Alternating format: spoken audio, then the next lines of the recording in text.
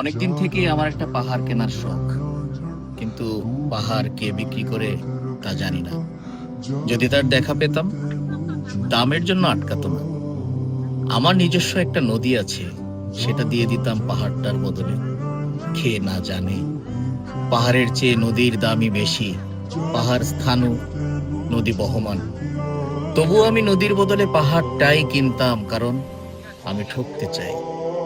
নদীটাও অবশ্য কিনেছিলাম একটা দ্বীপের বদলে।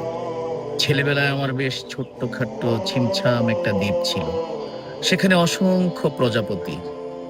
শৈশবে দ্বীপটি ছিল আমার বড় প্রিয়। আমার যৌবনে দ্বীপটি আমার কাছে মাপে ছোট লাগে। প্রবহমান ছিপছিপে তন্নি নদীটি বেশ পছন্দ হলো আমার। বন্ধুরা বলল, ওইটুকু একটা দ্বীপের বিনিময়ে এত বড় একটা নদী পেয়েছিস, খুব জিতেছিস তো মাইরি। তখন জয়ের আনন্দে আমি বিহ্বল হতাম। তখন সত্যি আমি ভালোবাসতাম নদীটিকে। নদী আমার অনেক প্রশ্নের উত্তর দিত, যেমন, বলতো আজ সন্ধেবেলা বৃষ্টি হবে কিনা। সে বলতো, আজ এখানে দক্ষিণ গরম হাওয়া, শুধু একটি ছোট্ট দ্বীপে বৃষ্টি।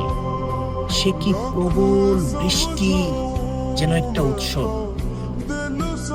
আমি সেই দ্বীপে আর যেতে পারি না। সে জানতো, সবাই জানে, শৈশবে আর ফেরা যায় না। এখন আমি একটা পাহাড় কিনতে চাই।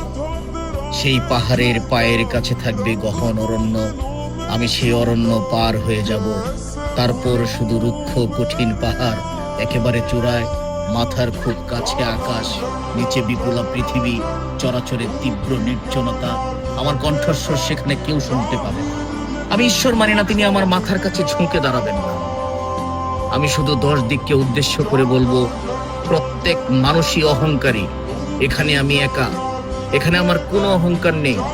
এখানে জয়ী হবার বদলে ক্ষমা চাইতে ভালো লাগে। হে 10 দিক, আমি কোনো দোষ করিনি, আমাকে ক্ষমা করো।